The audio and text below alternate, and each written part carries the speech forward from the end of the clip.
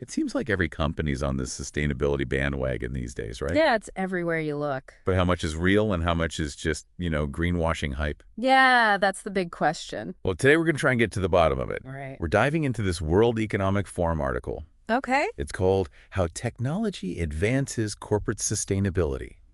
Catchy. So no more buzzwords, right? We want to see how companies are actually using tech to make a difference. Definitely. Get down to the nitty-gritty. And the cool thing is, this article has 4 experts Oh, wow. from some big names: SAP, DSM-Firmenich, the World Economic Forum itself, and Ericsson. Nice. A good mix of perspectives. Yeah, so let's jump right in. All right. The first expert is Daniel Schmid. Okay. He's the Chief Sustainability Officer at SAP, Makes sense. and he's a big believer in transparency. Transparency, huh? Yeah, he basically says when companies are open about their sustainability data, it builds trust, I can see that. but it also gets employees more involved. Interesting. And I think that makes a lot of sense given what we're seeing overall. Oh, yeah? I mean, everyone's demanding more accountability these days. For sure. Investors, customers. Even employees. Yeah, everyone wants to know what companies are doing. Like put your money where your mouth is kind of thing. Exactly. Show us the receipts. And SAP's actually been doing this for a while. Really? They've been integrating their financial data with their sustainability data Wow. since 2012. So over a decade. Yeah, which is pretty bold for a tech giant, Absolutely. but it's not just for the public. They actually have these internal dashboards too, What for? so employees can see the company's sustainability performance. Huh. So everyone's in the loop. Yeah, from the CEO down. That's interesting. Everyone can see their impact and be part of the solution. I like that. But wait, there's more. Oh, no. They also have this thing called the Sustainability Control Tower. Control tower.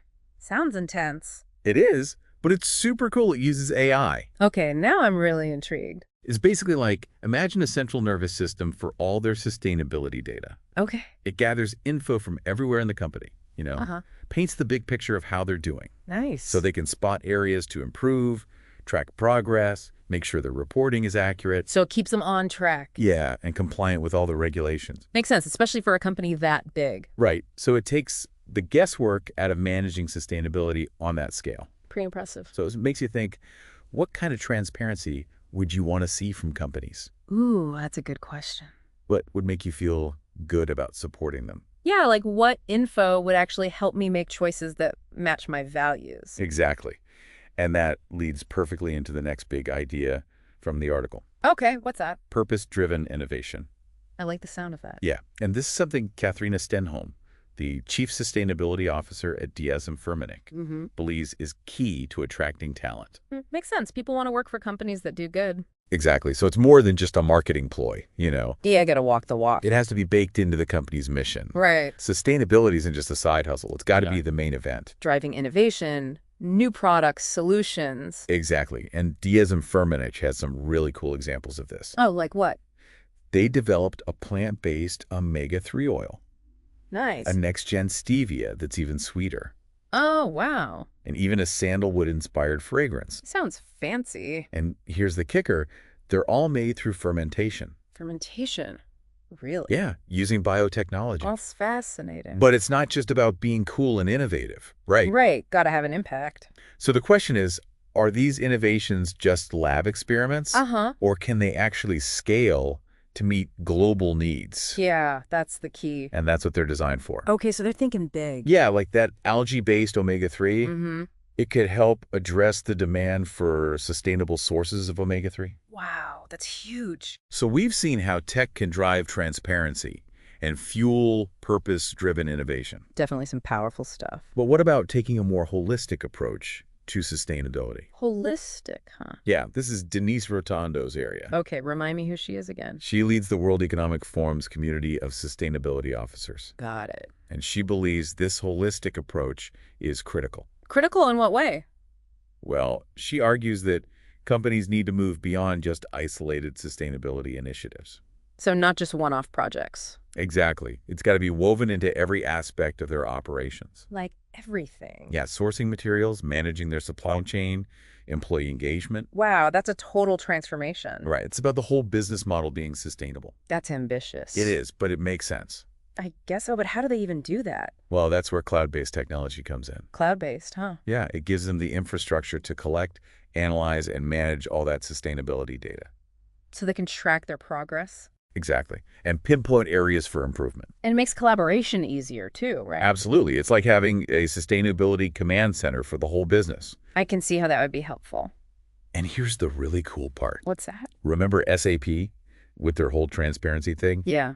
They're not only providing these kinds of solutions to other companies, but they're also using them internally. So they practice what they preach. Exactly. Walking the walk. That's good to hear. So far, we've seen how tech can enable transparency, inspire innovation, and support a more holistic approach. Definitely some key themes emerging. But what about the actual impact? Yeah, does it really make a difference? Can tech move the needle in the short term? That's the big question. Well, that's where Heather Johnson comes in. Okay. And she's... the VP of Sustainability at Ericsson. Right. And she believes tech can drive rapid change. Oh, interesting. And she points to connectivity and intelligent operations as a prime example. Like what we've seen in our own lives. Yeah, think about how much tech has changed things in the last 20 years. It's crazy. Now imagine that applied to entire industries. It's mind-blowing. And Johnson gives this concrete example. Oh, tell me. Ericsson teamed up with a company called Kiona. Okay. They're using 5G and AI to optimize building heating systems. So like smart buildings. Yeah, and the results are impressive. Like what? Almost immediate emissions reductions. Wow, so it's not just about long-term solutions. Right, like insulation and It's things. about adding these powerful new tools to the mix. Exactly. So tech can be a real catalyst for change. For sure. But it's important to remember, What's that? this doesn't replace the need for those long-term solutions. Of course, it's all part of a bigger picture. Yeah, we need a multifaceted approach. Absolutely. Use everything we've got to tackle these challenges. Makes sense. So we've heard from 4 experts so far Yeah, a lot of insights. about how tech is changing the sustainability game. And there's a common thread running through all of them. Oh, what's that? Collaboration. Collaboration. Yeah, strategic collaboration. Okay, I'm listening. Companies need to work together, share knowledge, push each other to raise the bar. So it's not about competition. Exactly. Sustainability is a challenge we face together. We're all in this together. Right. It demands a collective response. I like that. And that leads us perfectly to the article's conclusion. Okay, what's the takeaway? Innovation in sustainability is now a strategic imperative. A must-have, not a nice-to-have. Exactly. And is driven by digital integration and biotech. Makes sense. Those are the tools of the trade. So it seems like there's genuine reason for optimism here. Yeah, I'm feeling hopeful. This isn't just about meeting minimum standards. It's about building a better world. Exactly, for everyone. And tech is playing a vital role. Absolutely. Yeah. But of course, it's not all sunshine and rainbows. Right. There's always the risk of greenwashing. How do we know if a company's truly committed or just jumping on the bandwagon? That's a question we'll tackle in the next part of our deep dive. Stay tuned. We left off talking about greenwashing and how to spot it. How do you tell if a company's truly committed to sustainability? Yeah, it's a good question. It's not always easy. Not at all. So how do we see past the marketing, the PR spin? Well, I think it comes back to that transparency we were talking about earlier. Like Daniel Schmid from SAP. Exactly. Like being open about their goals, how they're doing, even their struggles. Yeah, and backing up their claims with data. Like, show me the receipts. Exactly. If a company boasts about its sustainability but won't show you the numbers, well... Kind of raises a red flag. Exactly. So we got to be critical thinkers. We can't just take things at face value. Especially not these days. Consumers have so much info at their fingertips. It's the information age, right? It is, and people are getting smarter about greenwashing tactics. So companies can't just slap a sustainable label on something and call it a day. Nope. Consumers are doing their homework. They're looking beyond the slogans. Absolutely, which is a good thing. It's pushing companies to be more authentic. Because in the end, we want to support businesses that truly align with our values. Right, even if they're not perfect. As long as they're making a genuine effort. Exactly. People want to see that commitment. So how do we navigate this complex world of corporate sustainability? It can feel overwhelming, for sure. It does. So how do we make informed choices? Well, I think it boils down to 3 key things. Be informed, be critical, and be engaged. Okay, let's unpack that. What do you mean by be informed? Do your research. Don't just rely on what companies tell you. Look beyond the marketing. Exactly. Check out their sustainability reports. Read articles from reputable sources. Become a sustainability detective. I like that. Then you got to be critical. Analyze the information. Yeah. Ask yourself, what are their goals? How are they measuring progress? What are their strengths and weaknesses? Really dig into the substance of their claims. And finally, be engaged. Don't be afraid to ask questions. Voice your concerns. Hold companies accountable. We have a voice. We can make it heard. Exactly. And remember, every purchase you make is a vote. It's like voting with our wallets. Absolutely. We can shape the market, influence companies to do better. And this idea of engaged consumers, it ties into what Katharina Stenholm was saying. About purpose-driven innovation attracting talent. Yeah, it's not just consumers who are scrutinizing companies' values. Right, employees care too. Especially younger generations. They want their work to be meaningful. Definitely, it's not just about the paycheck anymore. People want to make a difference. And companies are realizing this. They know sustainability is key to attracting top talent. So it's a win-win. Companies get great employees, and those employees drive further progress on sustainability. It's a positive feedback loop. Now, let's circle back to Janice Rotondo's point about a holistic approach. Oh, yeah, weaving sustainability into every aspect of the business. Right, not just having a sustainability team off in a corner somewhere. It's about the whole business model being sustainable. From the ground up. Exactly. So how do they actually achieve that? It sounds like a huge undertaking. It is, but technology can play a key role. You mean those cloud-based platforms we talked about? Exactly, those sustainability command centers. Collecting and analyzing data across the whole company. That's right. They give companies the visibility to identify areas for improvement. And track their progress over time. It's like a sustainability GPS. Leading them in the right direction. Exactly, and helping them create a truly integrated and sustainable business model. All this talk about technology and data, can you give us some real-world examples? Sure. Remember Heather Johnson's example? From Ericsson, with the smart building heating systems. Yes, using 5G and AI to reduce emissions almost immediately. Such a cool example. Tech can make a real difference. And quickly, but it's not just about energy efficiency. What else are companies doing? They're using tech to tackle all sorts of challenges, reducing waste, conserving water, protecting forests. It's like we have a whole arsenal of tech-powered solutions. We do. It's exciting to think about the possibilities. It is, but with all this innovation, we got to be cautious too, right? Oh, absolutely. How do we ensure that all this amazing tech is being used responsibly? That's the big question we need to answer. Yeah, that's the million-dollar question.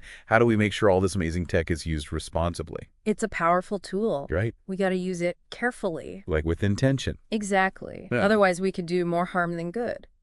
So where do we even begin to address this? Well, I think first we got to recognize that technology isn't neutral. What do you mean? It reflects the values of the people who create it. Oh, I see. And the people who use it. Right. So if we want tech to be a force for good, we got to be mindful of those biases. And work to mitigate them. Exactly. We can't assume tech automatically leads to a better world. We have to actively shape it. And that means asking tough questions. Like what? How do we ensure these sustainability solutions don't actually worsen existing inequalities? Ooh, that's a good point. We don't want to create a world where only the wealthy benefit. From sustainable technology. Right. Sustainability should be for everyone. It should create a more just and equitable world. Exactly. So what can companies do to make sure their efforts are inclusive? Yeah, benefit all stakeholders. Well, I think it starts with recognizing that sustainability isn't just about the environment. It's social and economic, too. Exactly. Companies need to consider the impact of their decisions on all aspects of society. Not just profits. Right. It's about that holistic view we were talking about. Seeing the big picture. And it means engaging with a diverse range of stakeholders. Not just the usual suspects. Exactly, including communities that are often overlooked. So everyone has a voice. And they need to be transparent about the potential impacts of technology. Both good and bad.